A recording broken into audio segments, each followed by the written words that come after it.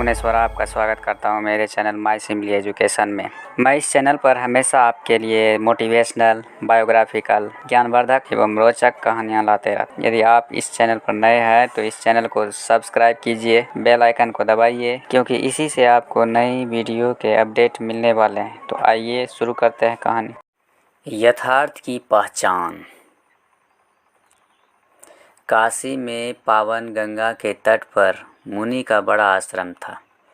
उसमें रहकर अनेक शिष्य वेदांत की शिक्षा ग्रहण करते थे। शिष्यों में एक का नाम दुष्कर्मा था।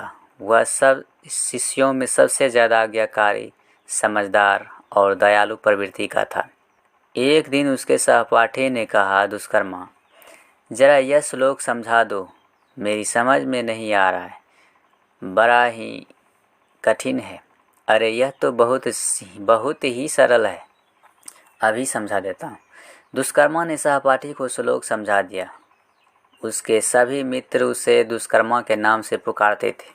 उसे बहुत बुरा लगता था। एक दिन उसने मुनि से कहा, गुरुजी, मेरा कोई और नाम रख दीजिए, मुझे यह नाम अच्छा नहीं लगता।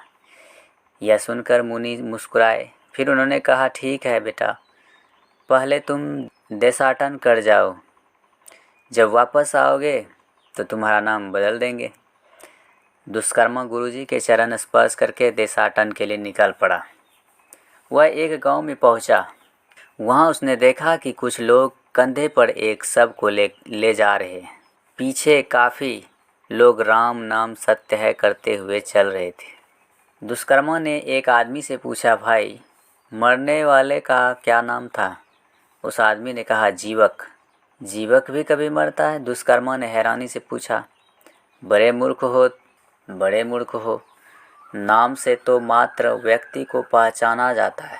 दुष्कर्मा उसकी बात पर विचार करता हुआ दूसरे गांव में पहुंचा।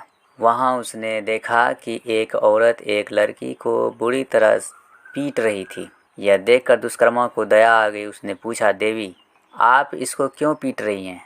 यह मेरी नौकरानी है, इसे पैसे लेकर सामान लाने भेजा था और खाली हाथ वापस आ गई, औरत ने क्रोधित मुद्रा में कहा। दुष्कर्मा ने एक मुद्रा निकालकर उस औरत को दी और कहा, कृपया इसे ना मारें। एक आदमी से उसने पूछा, उस लड़की का नाम क्या है? एक आदमी बोला, उसका नाम लक्ष्मी है।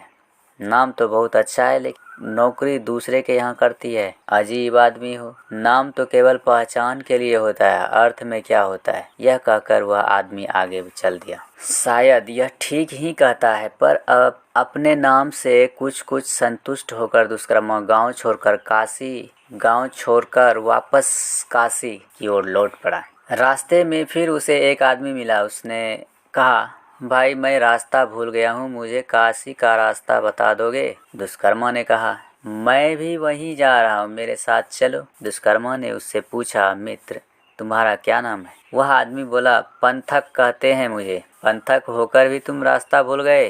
दुष्कर्मा ने व्यंग्यपूर्ण मुद्रा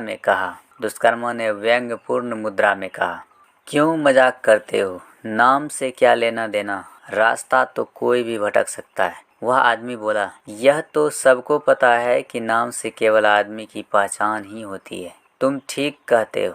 आखिर मुझे यथार्थ समझ में आ गया। काशी पहुंचते ही दुष्कर्मा अपने गुरुजी के पास पहुंचा। क्या अब भी तुम अपना नाम बदलना चाहोगे? मुनि ने दुष्कर्मा से पूछा। गुरुजी, अब मैं समझ गया कि नाम से केवल व्यक्ति की पहचान होती है। मैं अपने वर्तमान नाम से ही संतुष्ट हूँ।